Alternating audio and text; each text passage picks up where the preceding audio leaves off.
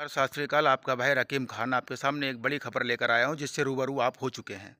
मुझे उम्मीद है सोशल मीडिया पर लगातार जो वीडियो वायरल हो रहा है जो उत्तर प्रदेश के संभल का है। लगातार काफ़ी वीडियो वायरल हो रहे हैं।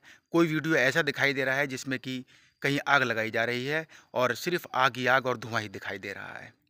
डॉक्टर शफीकुर रहमान बर्क साहब के बाद उनके पोते आज पहली बार जो सांसद बने हैं, उनको आज देखा गया कि पूरी तरह से संभल के अंदर लोगों को समझाते नजर आए कि आपस में विवाद मत कीजिए। अब विवाद क्यों हुआ आपको बता दूं। विवाद होने की वजह सबसे बड़ी रही, विवादित तो मामला सामने आया वो ये रहा कि किसी ने शिकायत लगाई थी, किसी ने शिकायत दी थी आला अधिकारियों को कि ये जो संभल के अंदर एक शाही जामा मस्जिद है, उसकी जामा मस्जिद की जाँच कराई जाए, वो मस्जिद नहीं है। इस तरह की शिकायत जब लगती है तो पुलिस प्रशासन ईडी सीआईडी उस शिकायत को कंफर्म करने के लिए क्या ये मामला है उसको इन्वेस्टिगेशन करते हैं। इन्वेस्टिगेशन के दौरान ही ये विवाद हुआ, जिसमें आपको बता दूं सुबह 7 बजे संडे के दिन यानी इतवार के दिन, आज का दिन था, संडे का दिन था, सुबह 7 बजे से उस शिकायत पत्र के माध्यम से जो हिंदू धर्म के किसी भी भाई ने लगाया था कि इस मस्जिद की जाँच की जाए, तो 2 दिन पहले उन्होंने इस एप्लीकेशन को लगाया और ठीक 2 या 3 दिन के बाद में फ़ौरन ही पुलिस प्रशासन से एक्शन ले लिया के द्वारा एक्शन ले लिया गया और सुबह 7 बजे वहाँ पर पुलिस के साथ जो जांच करने वाले आला अधिकारी थे, मस्जिद में जांच चल रही थी, सर्वे चल रहा था, वो सुबह 7 बजे वहाँ इतवार के दिन सन 2024 24 नवंबर की बात कर रहा हूँ, संडे के दिन जांच शुरू हुई सुबह 7 बजे। लेकिन जांच के समय में ही आपको बता दूं, जो हिंदू धर्म के वकील हैं, एडवोकेट हैं, वो वहां मौजूद थे, जिनके साथ मस्जिद के बाहर कुछ लोग जो कि हिंदू धर्म के थे उनके साथ चल रहे थे, उनके पीछे चल रहे थे और वहां कोई ऐसा मामला नहीं था जिससे कि विवाद होता। लेकिन एक नारा जो कि हमारे प्यारे से महापुरुष कहें या भगवान कहें, जो भी कहा जाए, एक महान हस्ती राम जी के बारे में, बड़ी शर्म की बात है कि इस नारे को आप प्रयोग कर रहे हैं लोगों से लड़ने के लिए। आप इस नारे का प्रयोग कर रहे हैं भाईचारे को बिगाड़ने के लिए। आप इस नारे का प्रयोग कर रहे हैं आपस में मरने और मारने के लिए।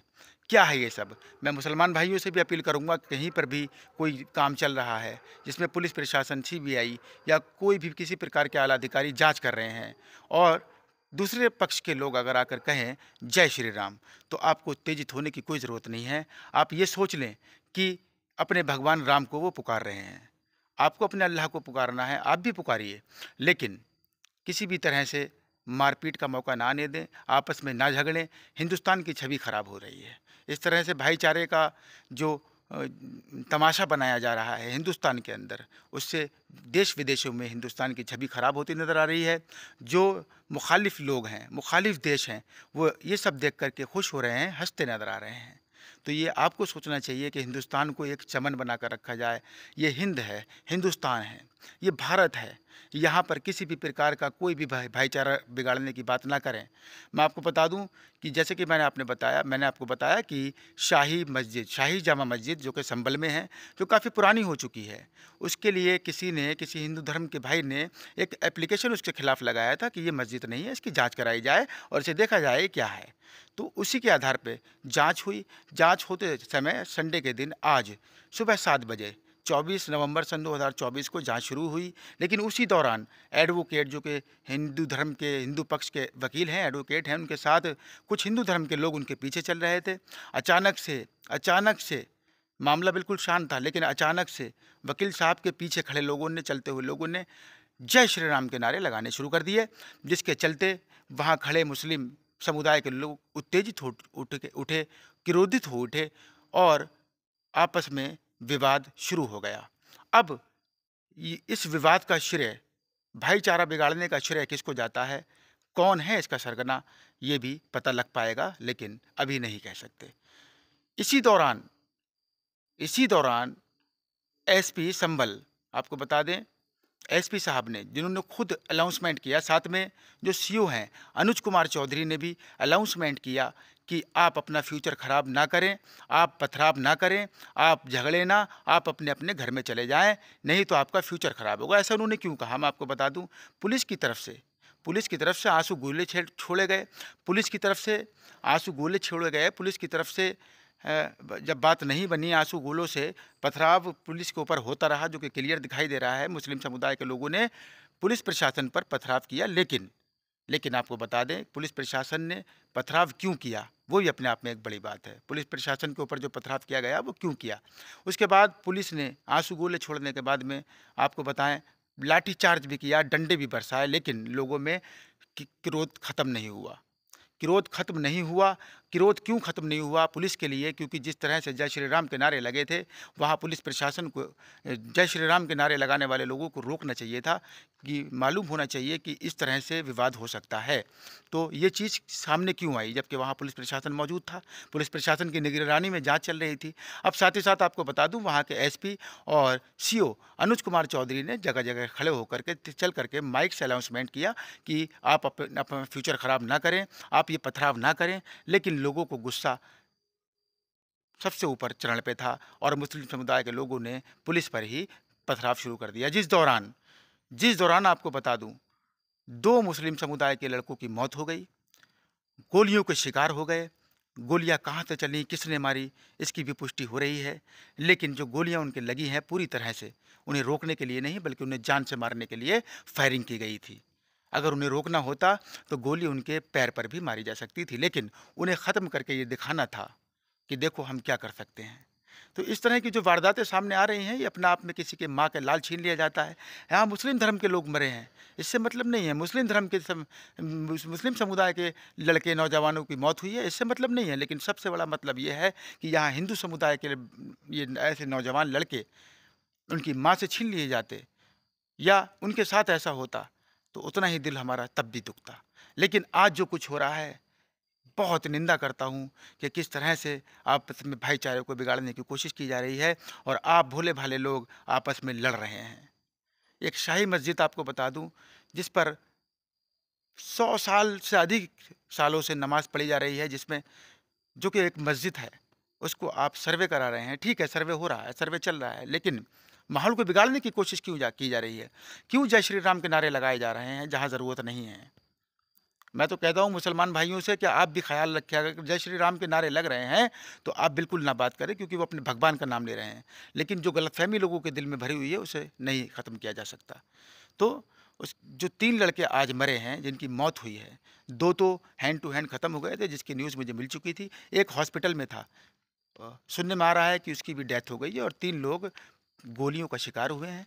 किसकी गोलियों का शिकार हुए हैं ये आप खूब जानते हैं, और कमेंट्स बॉक्स में ज़रूर बता दें।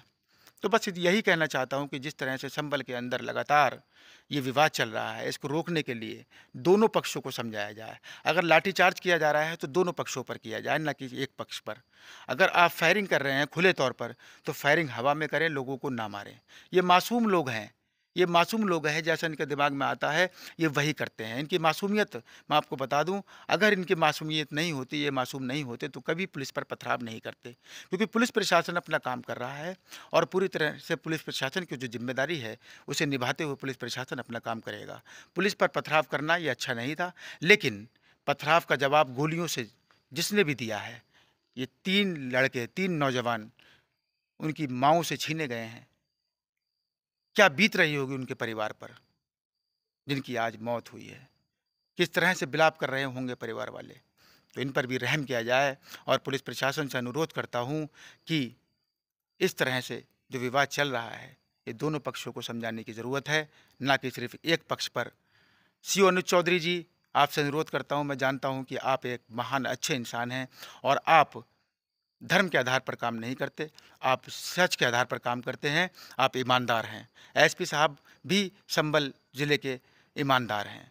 उन्होंने कहा कि अपना भविष्य खराब मत कीजिए, अपने घर में जाइए, पथराव मत कीजिए, लेकिन लोगों को समझ में नहीं आया, और इसी कारण वहाँ आंसू गैस के गोले छोड़े गए। इसी कारण 3 लोग, 3 नौजवान गोलियों से बेरहमी से मार दिए गए,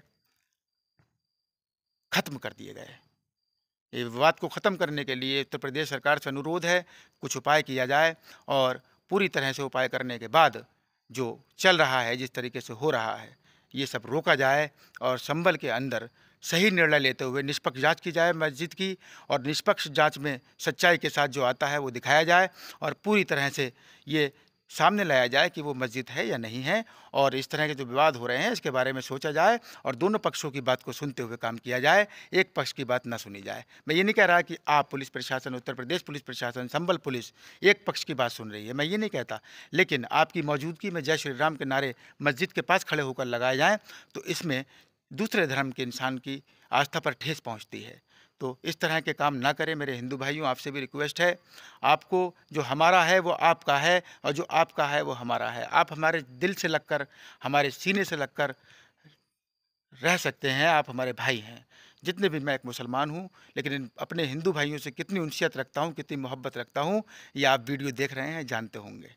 तो मेरे दोस्तों, इस तरह से आपस में भाईचारा ख़राब मत करो। अल्लाह की कसम, दिल रोता है, आंखें भर आती हैं जब इस तरह की वीडियो देखता हूँ। आज संभल के अंदर जो कुछ हो रहा है ये बिल्कुल ठीक नहीं हो रहा है। इसको ख़त्म किया जाए और आपस में मिलजुल कर रहने के लिए उपाय किए जाएँ। उत्तर प्रदेश सरकार से उम्मीद करता हूँ कि उत्तर प्रदेश सरकार पूरी तरह से इस बात को समझते हुए वहाँ पर जो निष्पक्ष जाँच है वो कराई जाएगी, और निष्पक्ष जाँच होने के बाद में जिसका जो अधिकार है पूरी तरह से उसको दिया जाएगा। बहुत बहुत शुक्रिया। आपका भाई रकीम खान 24 घंटे आपकी सेवा में तत्पर।